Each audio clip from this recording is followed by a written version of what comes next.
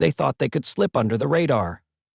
May 25th, 2025. Somewhere deep in the Caribbean Sea. The ocean was calm, the sun was glaring, nothing seemed off, at least not on the surface. But 500 feet in the air, a Navy P-8 Poseidon patrol aircraft picked up something that didn't belong. A slow-moving boat. No identification, no flag, no AIS signal. Just a drifting metal blip crawling through a well-known smuggling lane called the Funnel. Below, the USS Gravely, a guided missile destroyer, was already on high alert. Her deployment wasn't coincidence. Dispatched from Norfolk, Virginia, under the Maritime Homeland Defense Mandate of U.S. Northern Command, her mission was crystal clear: intercept threats before they ever touched American shores.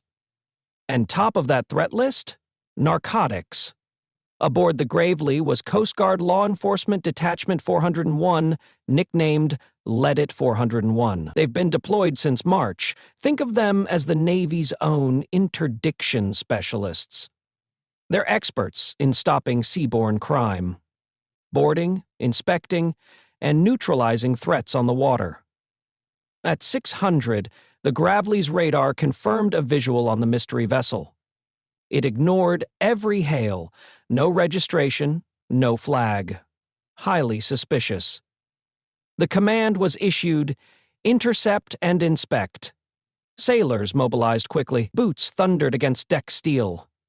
RHIBs, rigid-hull inflatable boats, were dropped into the water like strike weapons. Sleek, fast, quiet. The LEDET crew geared up. M4 carbines, breaching kits, and body cameras in place. As the RHIBs knifed through the water, the bridge team on Gravely monitored every variable: distance, sea state, movement. A single misstep, and this could spiral into confrontation, but the boat didn't bolt. That was odd. It just floated there, still and silent. Maybe the crew figured they could bluff their way out. Or maybe they had no idea what they were up against. But when a U.S. Navy warship gets you in its sights, the game's already over. From afar, the vessel resembled a basic fishing boat, but the Navy doesn't trust appearances. They trust behavioral patterns. And this one was off. The Caribbean is a notorious trafficking hub, especially through that narrow route known as the Funnel. Cartels use tiny, fast boats disguised as coastal traffic, but professionals can tell the difference. That's where LEDET comes in. Coast Guard personnel stationed aboard Navy ships for one reason: to hunt smugglers. These are no rookies.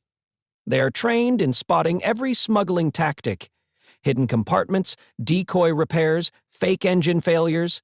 They've seen it all. This vessel? It threw up red flags instantly. No country flag, no communication, no paperwork. The hull looked purposefully distressed. Aged on purpose rather than worn from use. It seemed staged, and the course it had taken, nowhere near any legitimate fishing zone. Then, the call rang out on Gravely's bridge. "We've got a runner." Not because it was speeding, but because it matched every known signature of a cartel boat. But it didn't take off. Instead, it did the unthinkable. It dropped anchor. Just stopped and waited? That's when the tension really started to build. Smugglers don't just sit and wait. Unless they're hiding something serious and know they can't outrun what's coming. Whatever they were carrying, it wasn't innocent. And the Navy was about to find out just how bad it was. The RHIBs closed in quickly, twin boats slicing through the sea like scalpels. Above them, the Gravely loomed like a silent guardian. Radios crackled to life. LEDET 401 gave final instructions. Weapons ready, cams rolling, every man focused. Upon reaching the vessel, there was no chaos. Just 3 men standing rigid on deck, their faces unreadable. No resistance, no sudden movements, just blank stares and hushed Spanish. That alone was suspicious.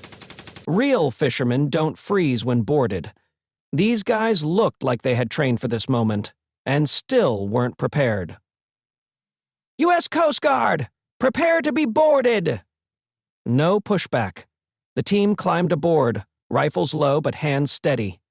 The Navy's VBSS protocol. Visit, board, search, and seizure. Went into action like clockwork.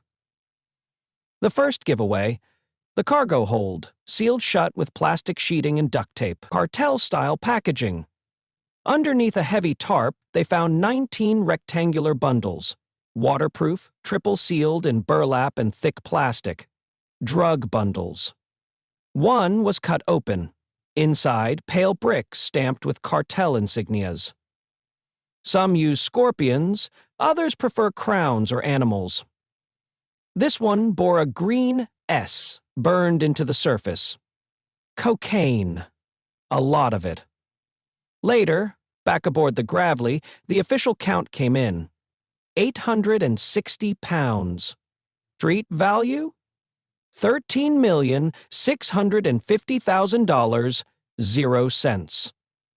The suspects said nothing. They didn't need to. The drugs spoke for themselves.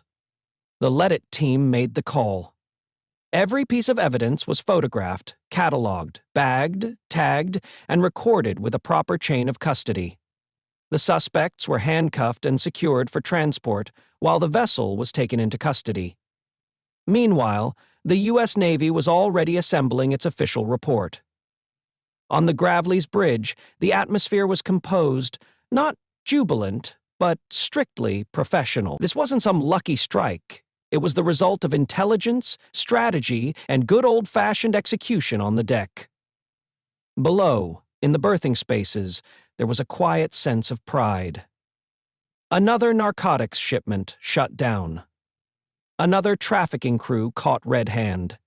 And somewhere far away, a cartel boss just realized, someone's watching. On the deck of the Gravely, the evidence was displayed in the sunlight. 19 bales, arranged like construction bricks. Only these weren't cinder blocks. They were pure cocaine, uncut and tightly sealed for durability at sea. Each bundle came in around 45 pounds. No wonder the smugglers hadn't tried to flee.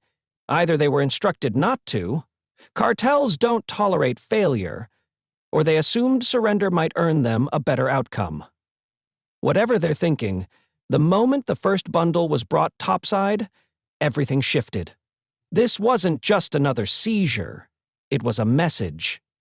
Each package was labeled and logged according to LEDET protocol. The 3 men on board, all in their 30s and claiming to be simple fishermen, were photographed and processed under international maritime law. No firearms were located, but it didn't matter. The sheer volume of narcotics was more than enough for federal trafficking charges under U.S. law. And this wasn't rare. In fact, it was just one piece of a broader, ongoing mission. A mission aimed at disrupting major drug shipments long before they get near the United States. The Navy and Coast Guard refer to it as forward interdiction, cutting off the supply at sea to avoid the chain of violence, addiction, and corruption that follows on land.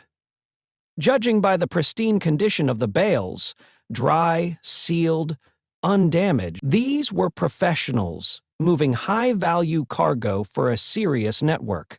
But they failed. Instead of landing the shipment, they were stopped cold by a U.S. destroyer and a squad of federal agents armed with cameras, rifles, and no tolerance for cartel games. For the Gravely's sailors, it was just another day at sea. Once the suspects were secured and the drugs were collected, the meticulous work began. First order of business, maintaining the chain of custody. Each bale had to be weighed, labeled, and logged.